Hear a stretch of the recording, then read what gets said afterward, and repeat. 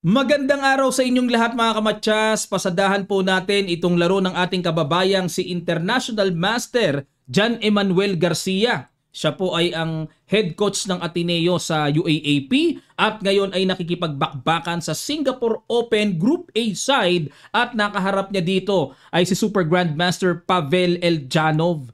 Ang dami pong nag-request sa aking mga kababayan natin. Coach, paki-analyze ito. Ang ganda ng naging laro ng ating kababayan. Ito pong si Super GML Janov, hindi biro ito. Tumatalo nga ng top 10 sa buong mundo yan eh. Kaya pag-aralan po natin. Ang ginawa ni Super GML Janov nag D4, Knight F6 si Garcia, Knight F3, G6 approaching King's Indian setup at tinirahan ang ating kababayan ng Indian game, Knight's variation, East Indian defense. Ayan na pala, medyo matanda na pala yung ganyang forma, no? Pag may mga Indian, matagal na pong opening yan eh. Castling, Knight H5. Ayan, ito interesting para sa akin. Ang idea dito ng ating pambato ay lulundagan ng Knight doon para istorbohin kaagad ang Bishop. Ayan, yan ba ang main line? Hindi. Ang main line kasi is Knight C6, C5 pangalawa, pangatlo Knight BD7, Knight FD7 pang-apat, pang-lima ang pinili ni IM Garcia at nag-Knight B3. Ayan, para hindi makalundag, may Bishop na. At nag-E5, Bishop G5. Ayan, sa ganyang technique po, pinoprovoke talaga ang Black to play F6. Pero nag-novelty ang ating kababayan. Bishop F6. Ang old line po kasi dito, Queen E8. Yan, ang old line. Pero dito ay nag-Bishop F6. Pero sagutin na rin natin mga kamatsas, baka mapatanong kayo, Coach, bakit hindi in F6? Pag F6, nakabara na, may atake pa.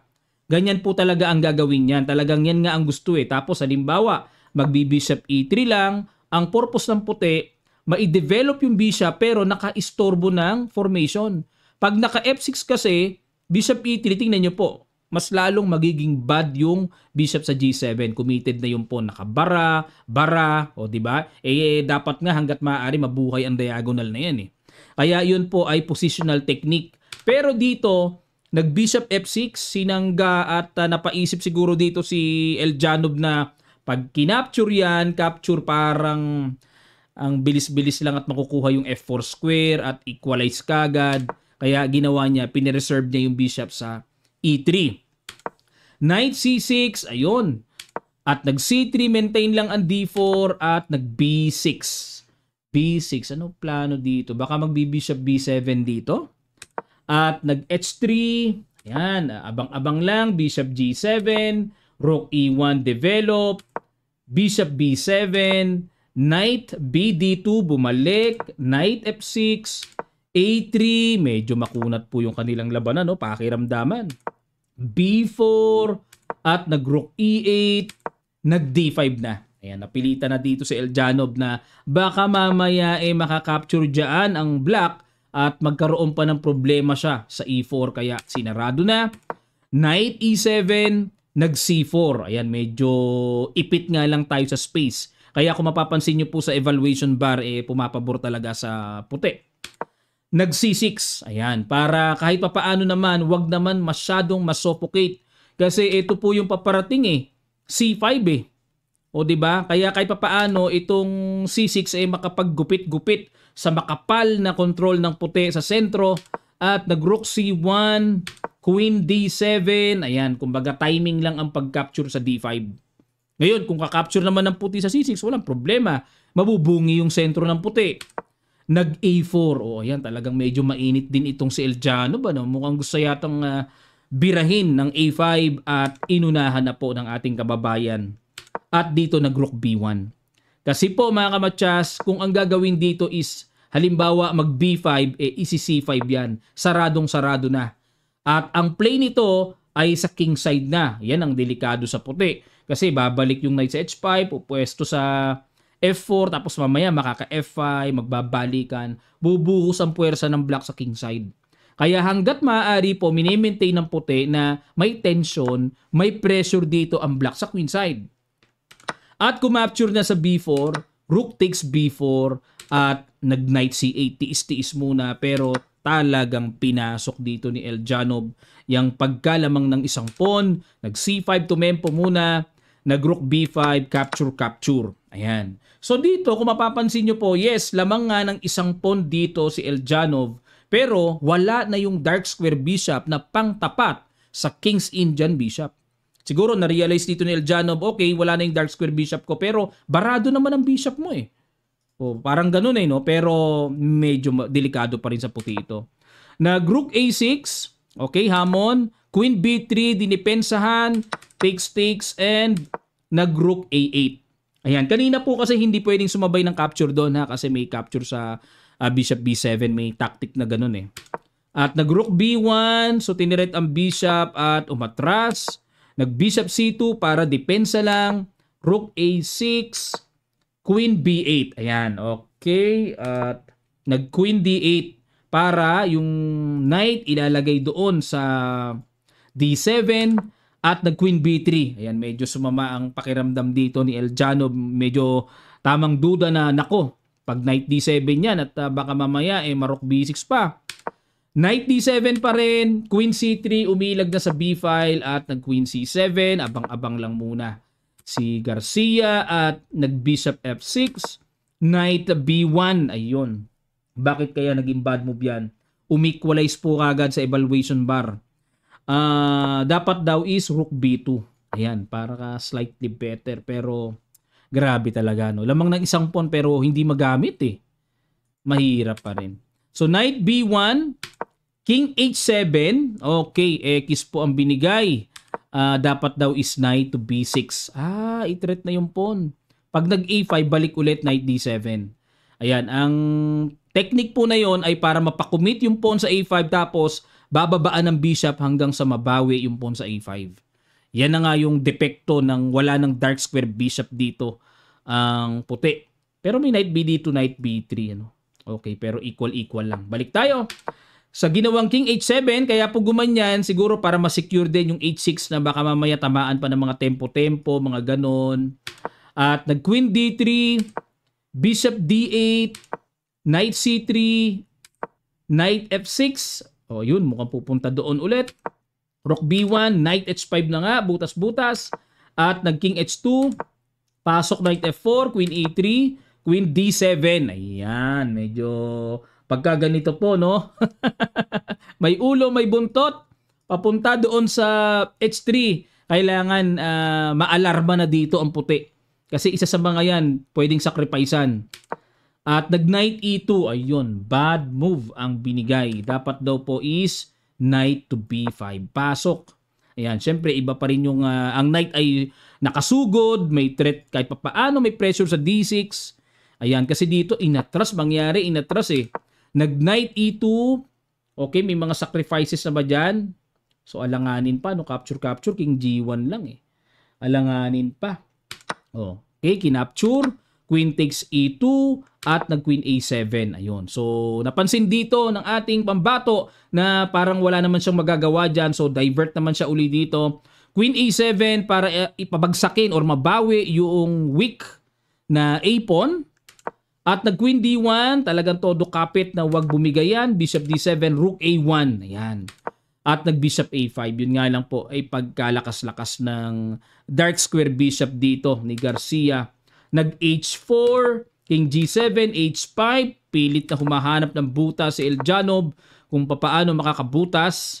At Rook B6, inagaw na ang B-file. Queen D3, Rook B2. Ayun ang mabigat dito. Baliwala yung lamang na isang pawn ng Super GM, ano? Baliwala eh. Knight E2, Bishop G4, ayun, pipitasin yung H5. Knight G3, dinipensahan. At nag-Queen B6. Tingnan nyo po, oh. Napaka-aktibo ng mga pyesa dito ni I.M. Garcia. Samantalang, ang pyesa ni Eljanov halos walang magawa. Knight F5, sinabay na lang ng ganon. Check. Capture, and King F6. Kailangan po yan para maiwasan na yung mga potential na panggugulo na po pwedeng gawin ng puti. Sacrifice F6, tapos yung mga tipong papasok sa H7. So inagapan na, binalak na. King F6, G3, ayan, nagpaplano yatang mag F4, pupunitin. At nag-Queen B4 pasok, King G2 at yan po ang blunderations na ginawa dito ni Super GM mga kamatsas. Dapat daw po ang tira lang is Rook B1. Talagang tanggapin na equal lang naman eh. Basta mawala ang Torre, opposite colored Bishop, tabla na po yan. Mangyari talagang gustong ramdam ko kay Eljanov na gusto niya magpilit talaga eh. Yun nga lang, pag King G2 tumagilid bigla, ano po kaya ang binitawang brilliant move dito ng ating kababayan? At pakiguess nyo po mga kamatsa, sa ilang sandali lang tutuloy kaagad natin. Start.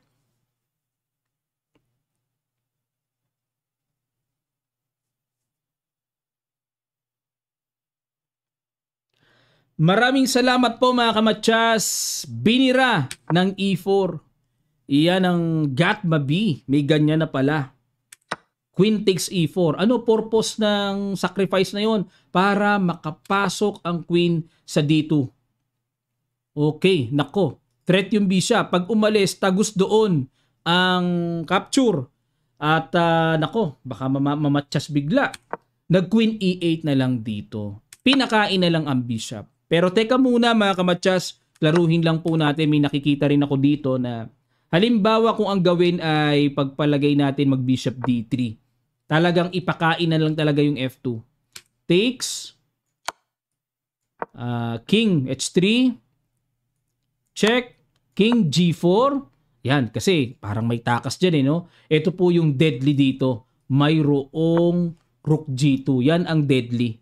Kaya hindi tinuloy yung ganito eh. May threat sa G3 na halimbawa, depensahan natin, mag Queen E3, depensa, may Queen H4 check, magkakasunod-sunod kasi. Di takbo, hindi pwedeng capture, nakapin, di ba? Tatakbo yan, and Queen takes G3, takbo ulit, Queen G4 check, at dito po mamamatchas. Only move, Queen F4, matchas. Okay, kaya hindi na naghangad pa or nangahas pa dito ang puti na ganun ang gawin, nag-Queen E8 na lang. Hanap na lang ng gulo-gulo, baka sakaling makagulo pa. Queen takes Bishop, Rook F1, Queen E2. Teka muna, medyo umatras evaluation bar dapat daw is Bishop C3. Pero okay na yan. Queen E2, Queen H8 check. May natitira pa raw pag-asa kung nag-Queen F8. Ayan, kahit papaano. Pero magku-Queen E5 lang. O nga, no? Medyo may gulo-gulo pa pala to, no? Pag nag-Queen takes, King takes F5, Queen H7 check, King G4, Queen D3, Queen E2, Queen takes E2, Rook takes E2. So, yan po ang mangyayari. Yan, pero winning na rin ang black dito. Isang pesa yan eh. Check, kumapture, check, King G4, pasok. So, wala namang mga check-check. Takes, check doon. King G1 at last shot po mga kamatsas. King H3. Threatening matchas sa G2. Dito nag-resign na si Super GM. Bakit po? Kasi kung magku-Queen E6 check, yan na lang ang only move eh. Magku-Queen G4 lang daw. Bakit Queen G4? Tira ng computer is Queen G4. Hindi pwedeng capturing talaga yan. Sabay Rook E2 na lang. Pambira, pwede pa rin naman ito yung sa akin, yung diskarte ko, ganyan gagawin ko. No? Sa computer ang ginawa. Ayun, nagbago na siya. Ayun. Kanina nakikita ko is Queen G4 ang gusto niyang gawin eh. Nagbago na. Yan ang gusto ko, mas simple. Tapos capture, very active ang King sa H3. So, super winning po. Congratulations sa ating kababayang si IM and candidate Grandmaster John Emmanuel Garcia. Candidate GM na rin po siya kasi may GM norm na siya sa pagkakatanda ko po. At sila pong dalawa ni candidate Grandmaster Paulo Bersamina. Yan, may mga GM norms na sila mga kamatsas. Okay po, at sana ay dumami pa ang GMs natin dito sa Pilipinas. At magandang senyalis ito na kahit IM lang si Garcia ay sumasabay at kaya nating tumalo ng Super GM. 'Di ba? Kahit medyo underdog tayo sa rating, sa title, pero yung resulta talaga ang tinitignan dun eh. Ito po ang kanilang bakbakan ngayon. Pakita ko po sa inyo ang kanilang results. Ongoing ngayon ang anong round na ba sila? Round number 6. Ayan. Pero so far ito po yung kanilang standing. Nangunguna IM ng India. Ayan, at ang dami pong sumali dito. At ang highest pointer so far na Pinoy pang number 10 ay si John Emmanuel Garcia. At nandito rin po yung ating mga kababayan ano na sila GM Daniel Kiso nandito rin 3.5 kung di ako nagkakamali. Ganun din si IM Consyo. Ayan, mga Team Dasma. Okay, at ito po yung kanilang pairing ngayon. Ang kalaban dito ni John Emmanuel Garcia, board number 4 siya, ay si GM Eduardo Iturizaga. Yan, silipin lang po natin sandali ang kanyang position. White dito si John Emmanuel Garcia. Ayun, at English opening player itong si Garcia. And for sure doon galing pero na-convert sa Fianqueto. So ito po yung kasalukuyan ngayon na nagaganap. Long game po ang time control nito ha. Long game. Ayan, di ko lang nailagay kasi na-replace ko yung logo ng Singapore Chess Federation pero ito po ay long game. Okay? So, abang po tayo sa magiging resulta nito at papasadahan po natin mga kamatyas. Maraming salamat po sa inyong matigang panonood at sana po ay natututo kayong palagi. Sa mga hindi pa nakakapag-subscribe sa ating YouTube channel, mag-subscribe na po kayo at ganun din, paki-follow na rin ang ating Facebook page Kamatyas para sa marami pang mga videos na paparating at ma-update po kayo at ma-notify. Maraming salamat. Magkita-kita pa tayo sa mga susunod pang chess updates.